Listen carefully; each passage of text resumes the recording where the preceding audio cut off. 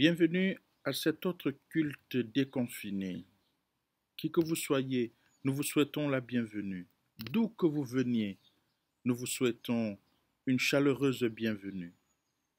Oui, Dieu nous accueille. Il se réjouit de nous voir réunis en son nom pour le louer et pour l'adorer. Nous recevons de lui la grâce, la joie et la paix dans notre cœur et surtout dans notre vie. Amen.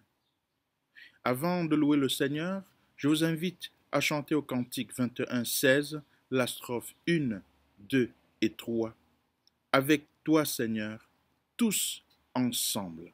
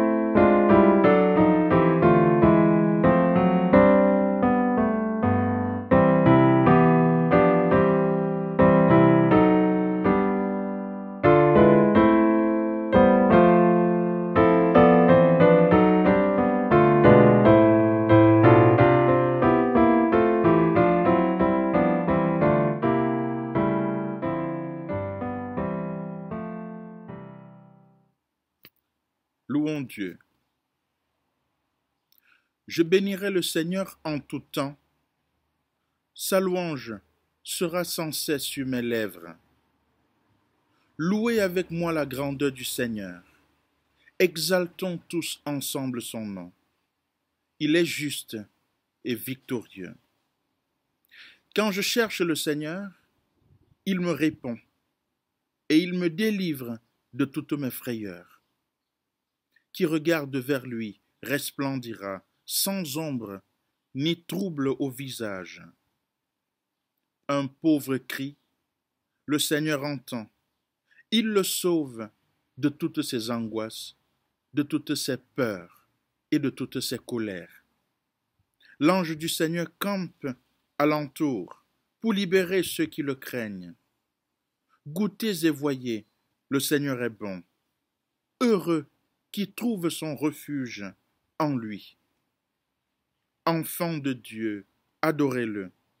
Rien ne manque à ceux qui le craignent. Amen. Et nous poursuivons notre louange en chantant le cantique 13-03, quand les montagnes s'éloigneront. Quand les montagnes s'éloigneraient.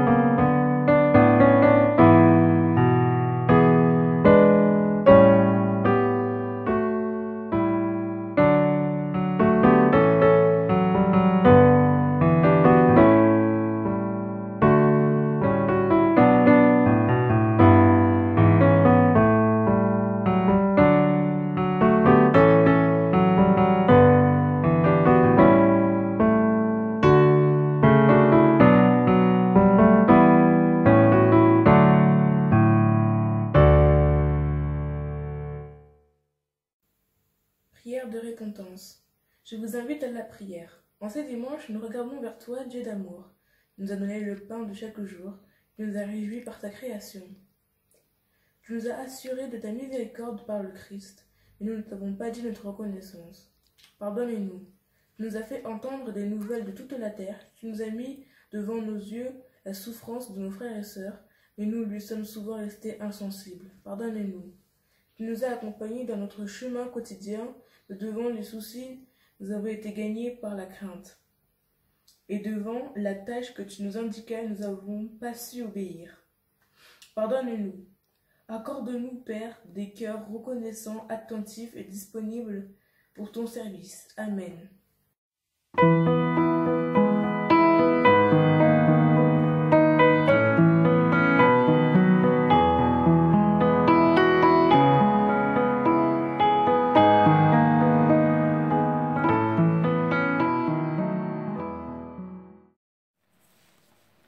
Voici que je ferai une alliance nouvelle.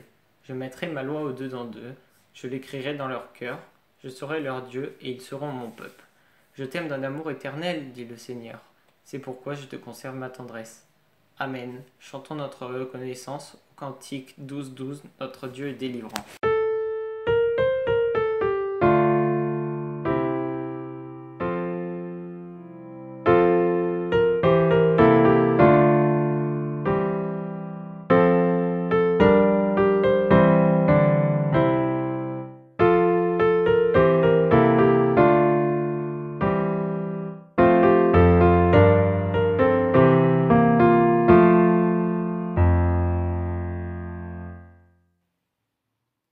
Volonté de Dieu. Pardonner et libérer, écoutons ce que Dieu veut pour nous et nous donne la force de faire. Vous avez été appelés à être libres.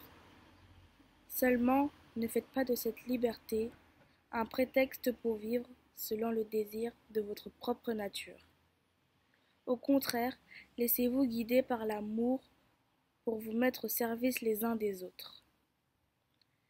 Car toute loi se résume dans cette simple parole, aime ton prochain comme toi-même.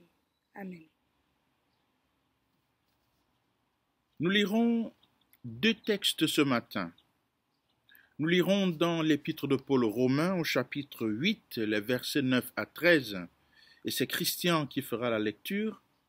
Et nous lirons l'évangile selon Matthieu au chapitre 11, les versets 25 à 30, et c'est Claire qui fera la lecture. Mais avant, je vous invite à la prière. Prions le Seigneur. Dieu notre Père, nous voulons maintenant méditer ta parole sous cet intarissable de vie. Viens nous la donner toi-même et rends-nous disposés à pouvoir l'écouter et surtout vivre jour après jour en ta présence. Au nom de Jésus, nous t'avons prié. Amen.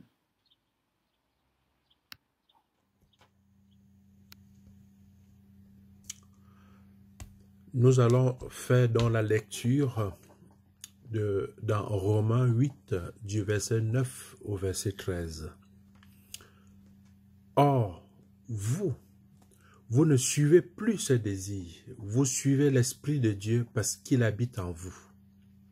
Si quelqu'un n'a pas l'Esprit du Christ, il n'appartient pas au Christ. Mais le Christ est en vous, bien sûr, votre corps va mourir à cause du péché. Mais puisque vous avez été rendu juste, l'Esprit Saint vous donne la vie. Dieu a réveillé Jésus de la mort. Si l'Esprit de Dieu habite en vous, ce Dieu qui a réveillé Christ de la mort donnera la vie par son Esprit à vos corps qui doivent mourir. C'est pourquoi, frères et sœurs, nous avons une dette. Ce n'est pas envers nos désirs humains que nous avons une dette. Nous ne devons pas vivre comme il le demande. Si vous vivez en suivant ses désirs, vous mourrez. Au contraire, si avec l'aide de l'Esprit Saint, vous faites disparaître vos façons de faire égoïstes, vous vivrez. Amen. Que le Seigneur bénisse la lecture de sa parole. Évangile selon Matthieu, chapitre 11, versets 25 à 30. Peu de temps après, Jésus dit, « Père, Seigneur du ciel et de la terre, je te dis merci. En effet, ce que tu as caché aux sages et aux savants, tu l'as fait connaître aux petits. Oui, Père, tu l'as bien voulu. Mon Père m'a tout donné. Personne ne connaît le Fils, sauf le Père. Personne ne connaît le Père, sauf le Fils. Mais le Fils veut montrer le Père à d'autres pour qu'ils le connaissent aussi. Venez auprès de moi, vous tous qui portez des charges très lourdes et qui êtes fatigués. Moi, je vous donne le repos. Je ne cherche pas à vous dominer. Prenez donc, vous aussi, la charge que je vous propose et devenez mes disciples. Ainsi vous trouverez le repos pour vous-même. Oui, la charge que je mettrai sur vous est facile à porter. Ce que je vous donne à porter est léger. Amen.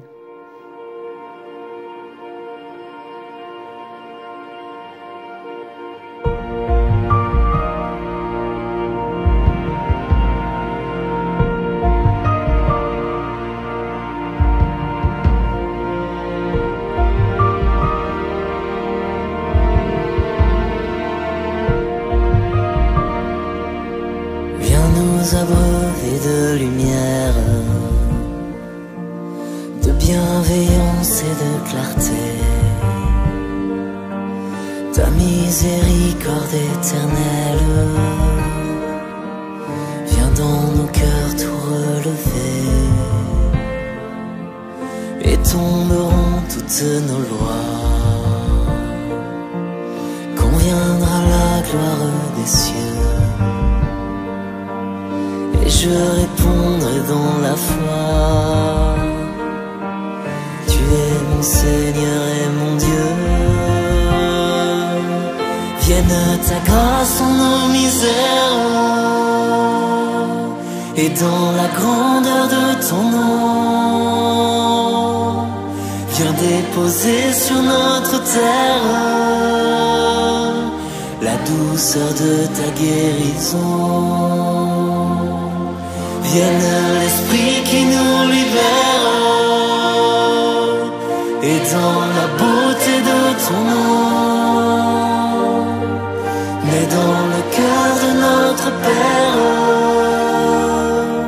l'amour infini du pardon.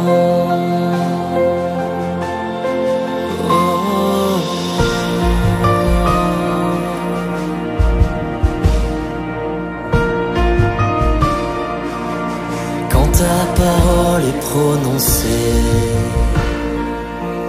la mort est vaincue par la vie, et dans tous nos cœurs délaissés se manifeste ton esprit. Que vienne en nos vies le réveil que ton amour a désiré. Dans la foi je ne tremble pas, car Jésus ma vertu c'est toi. Vienne ta grâce en nos misères, et dans la grandeur de ton nom, viens déposer sur notre terre la douceur de ta guérison. Vienne l'esprit qui nous libère, et dans la beauté de ton nom, mais dans le cœur de notre Père, l'amour infini du pardon.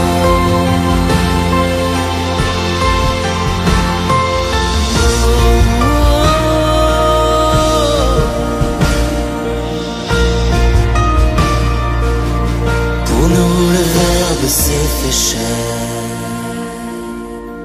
parmi nous il a demeuré, il vit en nous et nous éclaire,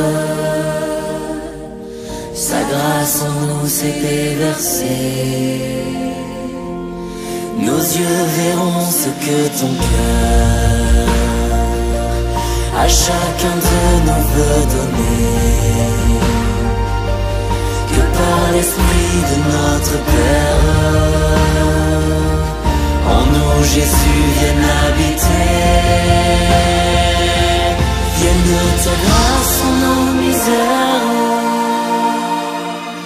dans la grandeur de ton nom. Viens déposer sur notre terre la douceur de ta guérison. Vienne l'esprit qui nous libère,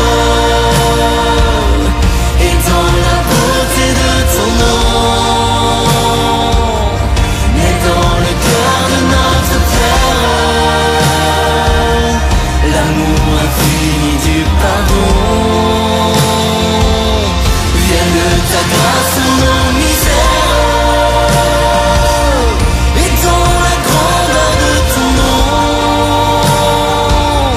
viens déposer sur notre terre la douceur de ta guérison. Vienne l'esprit qui nous libère, et dans la beauté de ton nom, naît dans le cœur de notre Père l'amour infini du pardon. Vienne ta grâce en nos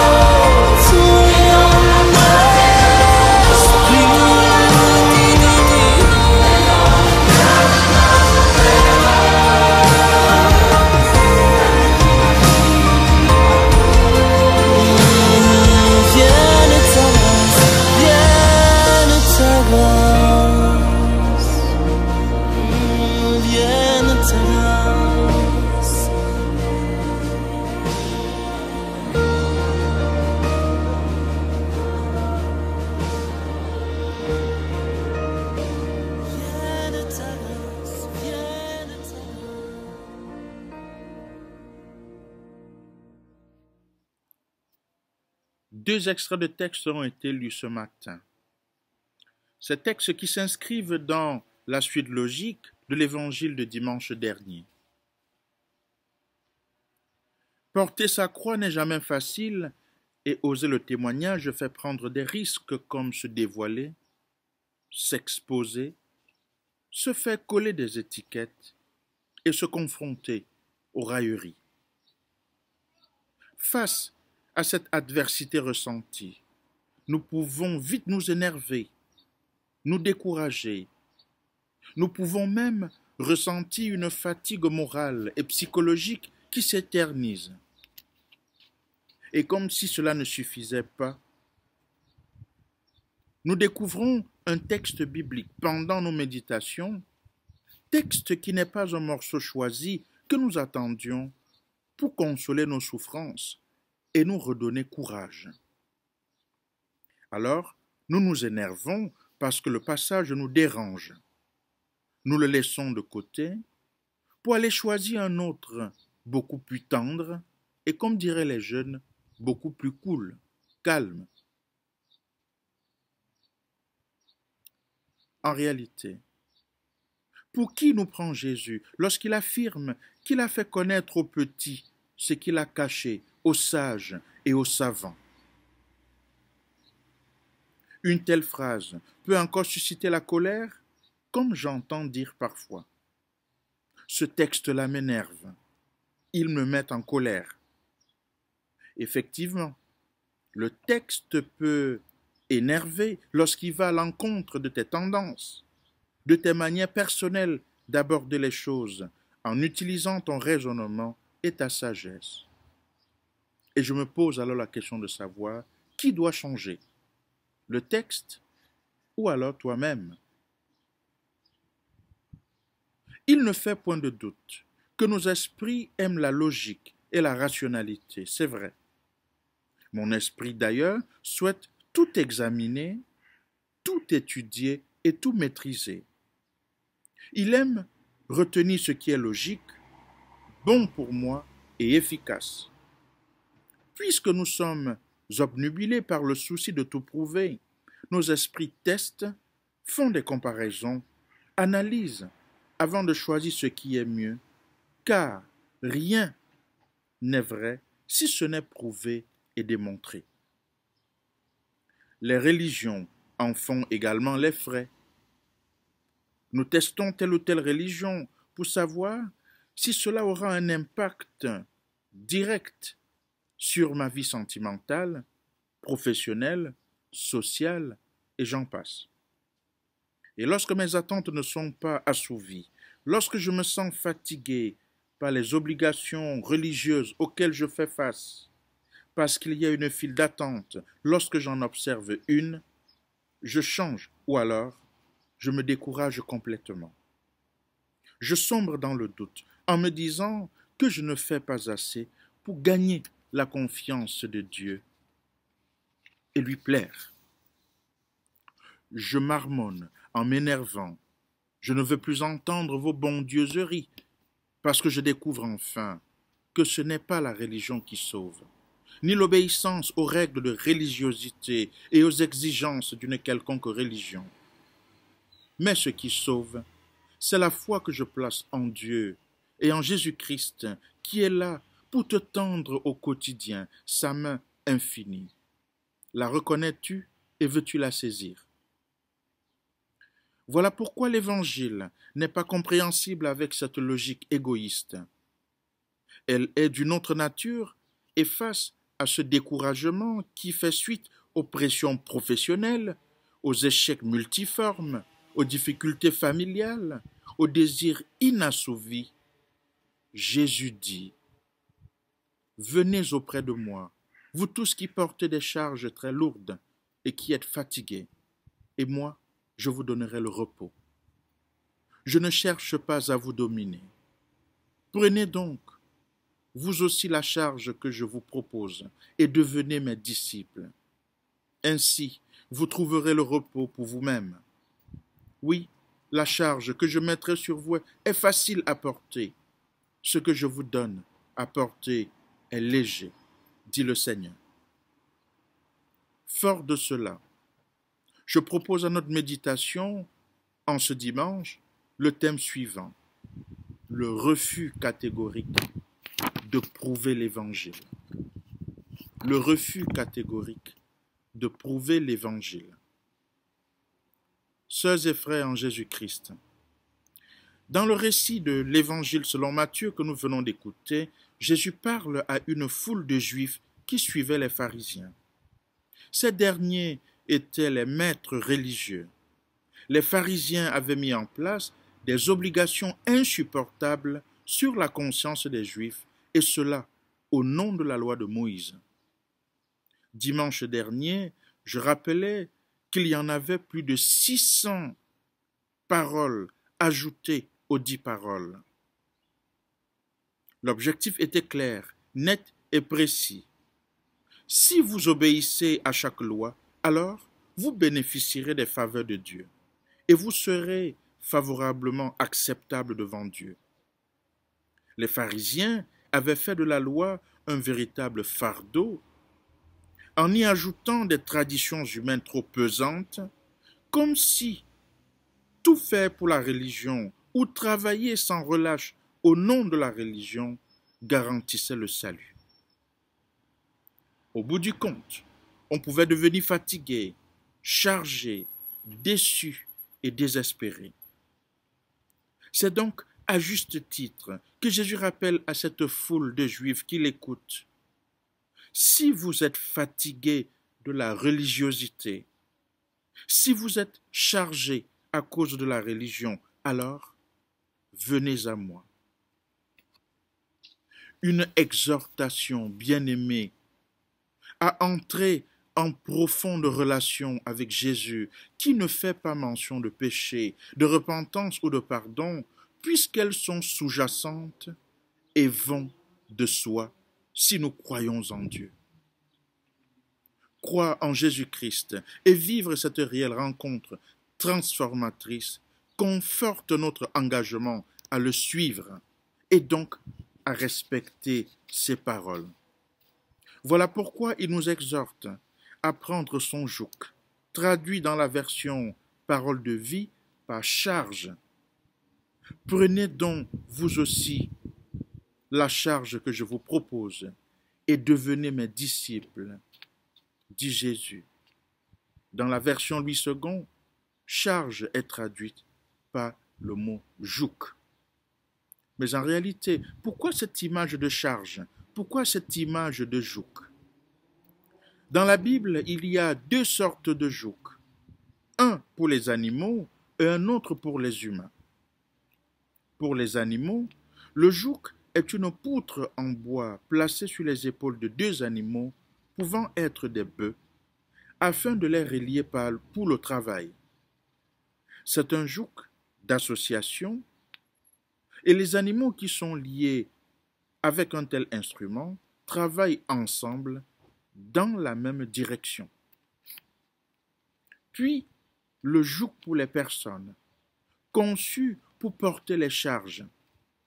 Le joug répartit le poids de la charge sur les épaules pour que les muscles des jambes puissent aider à travailler.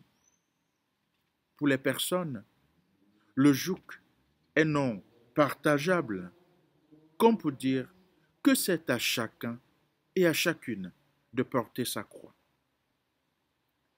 Dans notre texte, Jésus fait référence au second joug, me semble-t-il, pour montrer que le fardeau des règles et des lois était très lourd et pesait sur les épaules des Juifs, surtout que les pharisiens ne les aidaient pas à porter. Pourtant, le fardeau qui vient de Jésus n'est en aucun cas contraignant. Ce fardeau, c'est écouter sa parole et pouvoir en vivre afin de se libérer de tout ce qui me rend captif ou encore annihile ma liberté. En obéissant à sa parole ou en acceptant de devenir son disciple, les efforts sont moins lourds que les exigences de la religion. Et c'est du vrai repos, dit Jésus. En Jésus-Christ, Dieu nous tend la main du ciel pour nous conduire auprès du Père. Il ne nous invite pas à vouloir tout prouver avant d'obéir à sa parole. Ce ne sont pas les preuves de l'existence ou non de Dieu, ni même de la vérité de l'Évangile qui compte. C'est bien ce que croit un enfant, là où le sage veut tout expliquer avant de croire et vérifier si cela correspond bien à sa logique. Ce qui compte, c'est la foi que j'ai en Dieu et rien de plus.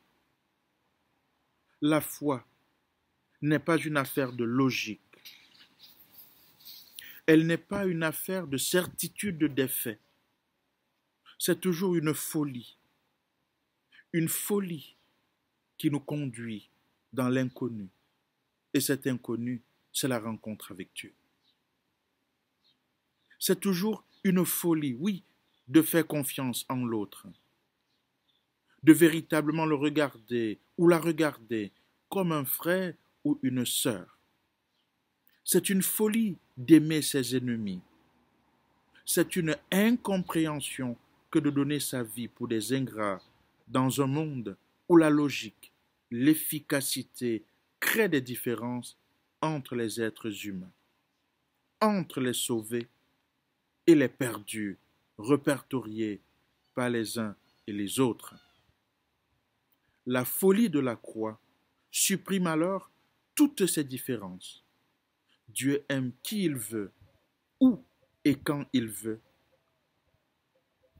Et nous n'avons aucune remarque à faire, puisque cela ne nous concerne pas. Jésus nous décharge de ce qui nous opprime et nous charge de ce qui nous rend libres. Toutefois, cela ne veut pas dire que les préoccupations doivent disparaître, puisqu'elles font partie de la réalité terrestre. C'est vrai, nous avons des soucis. C'est vrai, nous avons des inquiétudes, des questions qui sont parfois restées sans réponse. Mais ces fardeaux sont moins lourds quand nous cessons de penser à eux et de nous abandonner entre les bras paternels d'un Dieu qui prend soin de nos vies. C'est encore illogique et irrationnel. Comment préparer l'autre monde si nous restons éternellement attachés à ce monde qui n'est que passage? C'est tout un apprentissage à faire, comme l'enfant apprend chaque jour. Nous devons dès lors apprendre aussi à croire chaque jour, surtout que la perfection n'est pas un état, mais une marche. Dans la dynamique du chemin quotidien que nous arpentons, c'est l'apôtre Paul qui nous encourage, comme il a encouragé les Romains en ces termes. C'est pourquoi, frères et sœurs, nous avons une dette. Ce n'est pas envers nos désirs humains que nous avons une dette. Nous ne devons pas vivre comme il le demande. Si vous vivez en suivant ses désirs, vous mourrez. Au contraire, si avec l'aide de l'Esprit Saint, vous faites disparaître vos façons de faire égoïstes, alors vous vivrez. Fin de citation. L'apôtre Paul semble rappeler que nous pouvons tous marcher debout et droit, que nous pouvons bien marcher en étant des morts vivants, c'est-à-dire en étant physiquement vivants et spirituellement morts. Voilà pourquoi le Seigneur te regarde, mon frère. Il te regarde ce matin, ma sœur, et il rappelle. Dis-moi avec sincérité, ma fille. Dis-moi avec vérité, mon fils, ce qui te pèse au point de te plonger dans la colère, le désarroi, la haine de ton corps, de ta propre vie. Dis-moi, n'hésite pas de me les porter. Et bien que tu sois sage et savant, n'oublie pas que mon joug est facile à porter. Alors, viens chercher le repos auprès de moi en devenant mon disciple. Amen.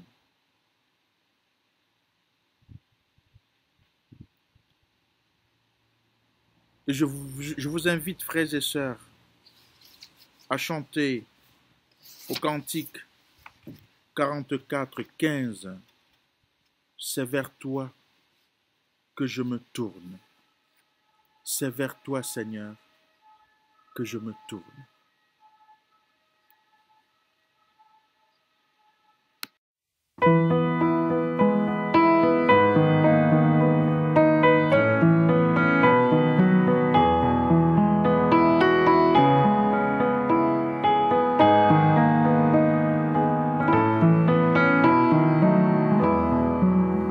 C'est vers toi que je me tourne, je veux marcher d'un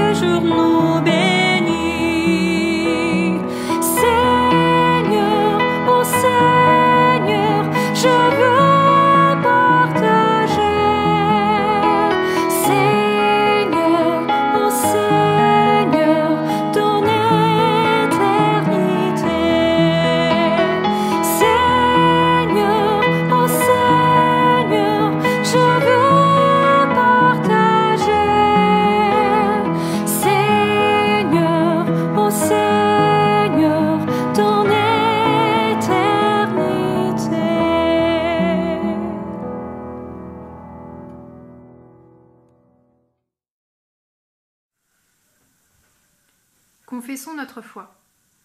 Je crois au Dieu qui a posé comme première question à l'humain « Où es-tu » ? Je crois au Dieu qui a posé comme deuxième question à l'humain « Pourquoi as-tu fait cela ?» Je crois au Dieu qui a posé comme troisième question à l'humain « Qu'as-tu fait de ton frère ?» Je crois au Dieu qui a appelé Abraham à le retrouver dans un tête-à-tête d'une marche dans le désert. Je crois au Dieu qui a appelé Moïse à devenir le libérateur d'un peuple soumis à une dure servitude. Je crois au Dieu qui a appelé David à le chanter dans les sommets et dans les creux de son histoire. Je crois au Dieu qui s'est fait homme en Jésus de Nazareth. Il a appelé, il a enseigné, il a guéri, il a manifesté le règne de Dieu. Je crois au Dieu qui s'est fait serviteur en Jésus de Nazareth.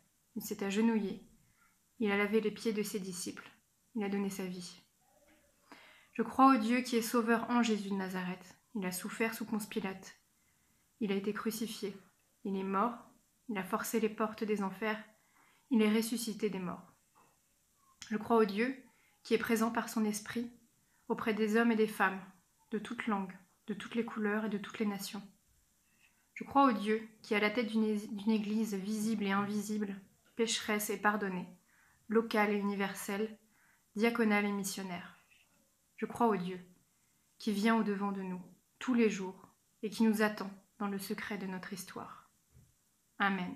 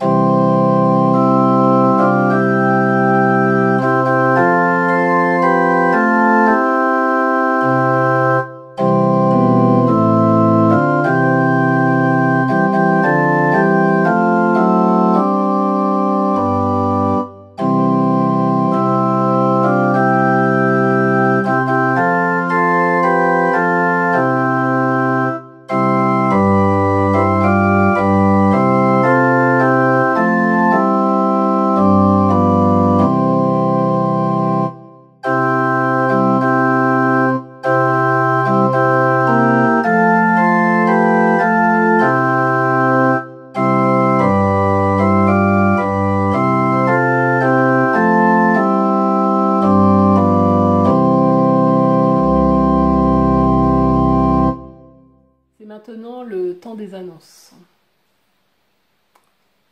Comme je vous le disais la semaine dernière, nous entrons dans un temps de vacances, un temps où nous sommes amenés à ralentir les activités paroissiales. Alors cette semaine, un rendez-vous du 8 au 10 juillet autour de la question « Quelle église après le Covid-19 ?» Donc si vous souhaitez savoir, partager, poser des questions sur ce qui s'est mis en place dans les paroisses, inscrivez-vous au webinaire organisé par l'EPUDF et l'UEPAL. Ce webinaire, c'est des temps de plénière et d'ateliers autour de 3 thématiques: célébrer, vivre la communauté et les églises collaboratives.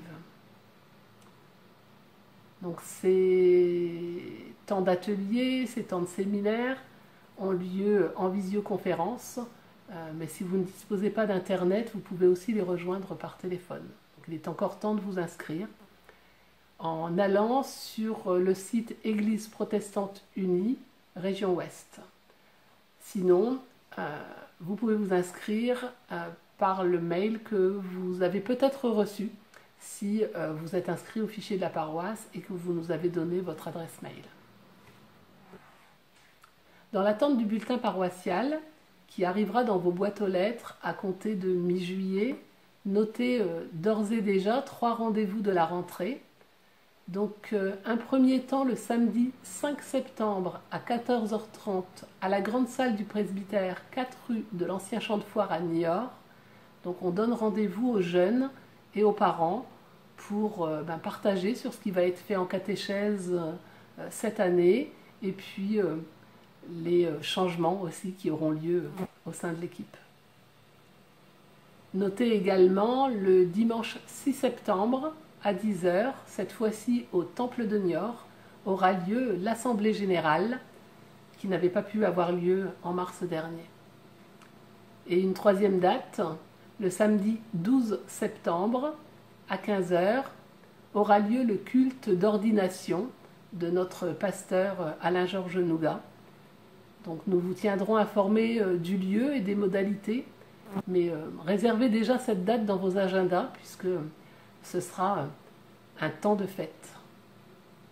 Et puis nous vous donnons rendez-vous, comme chaque dimanche maintenant, depuis le déconfinement, à 10h30 au Temple de Niort, bien sûr en respectant les gestes barrières, c'est important, et également en vidéo, puisque les cultes vidéo seront maintenus pendant toute la période de l'été. Donc je vous souhaite une très belle semaine et un très bon dimanche. C'est maintenant le temps de l'offrande. En Actes au chapitre 20, le verset 35, nous pouvons lire « Il y a plus de bonheur à donner qu'à recevoir ». Donc je vous invite cette semaine à méditer ce verset et à vous interroger sur ce que vous pouvez donner à l'Église. Alors quand on parle d'offrande, on parle généralement de dons financiers. Ces dons qui permettent à l'Église de vivre, de payer les activités, les travaux qu'il peut y avoir au sein du presbytère et les salaires des pasteurs. Mais je pense qu'il n'y a pas que ces dons-là et on peut tous s'interroger sur ce que l'on peut donner à l'Église en temps, en activité, en compétences. Je vous invite à la prière.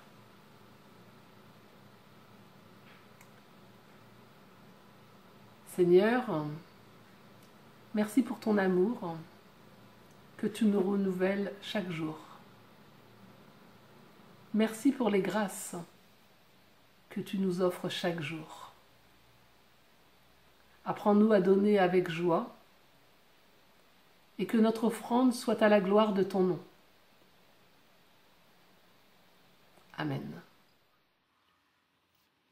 Je vous invite maintenant à prier les uns pour les autres. Prions le Seigneur. Dieu notre Père, nous te rendons grâce pour ce que ta parole nous a redonné ce matin. Cette parole nous unit au Christ, présent au milieu de nous. Loué sois-tu pour l'unité que tu nous donnes en elle, qu'elle fonde maintenant et chaque jour notre accueil du prochain et la vie avec le Christ.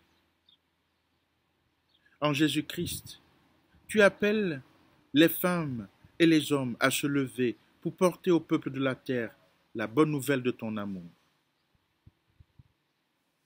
Dans la reconnaissance, nous te prions pour l'Église et nos communautés, afin qu'elles annoncent ta parole dans la force de l'unité et la vérité de ta parole.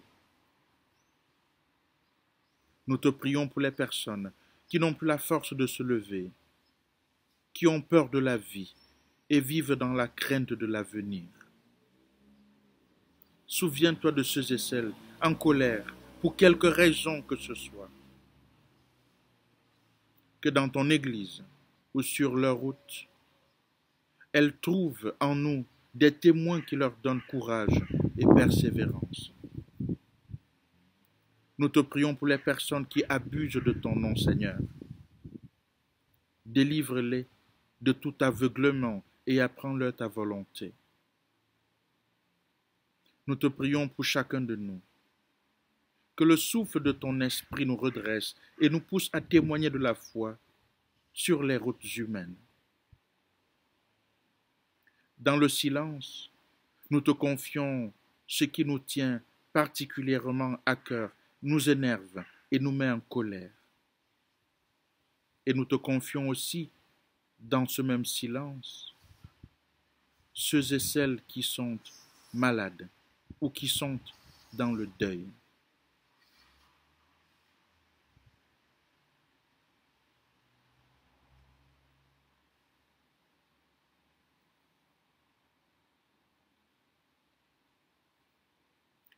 Oui, Seigneur, nous te rendons grâce. Tu es béni pour les siècles des siècles, toi qui nous as appris à te dire, notre Père qui es aux cieux, que ton nom soit sanctifié, que ton règne vienne, que ta volonté soit faite sur la terre comme au ciel. Donne-nous aujourd'hui notre pain de ce jour. Pardonne-nous nos offenses, comme nous pardonnons aussi à ceux qui nous ont offensés. Ne nous laisse pas entrer en tentation, mais délivre-nous du mal, car c'est à toi qu'appartiennent le règne, la puissance et la gloire, pour les siècles des siècles. Amen.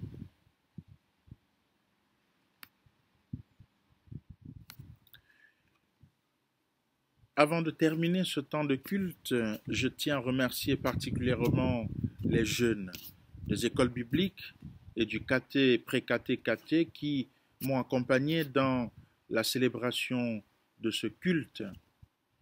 Merci également à Marie-France, merci aux lecteurs, à Christian et à Claire. Merci également à Marine qui a participé.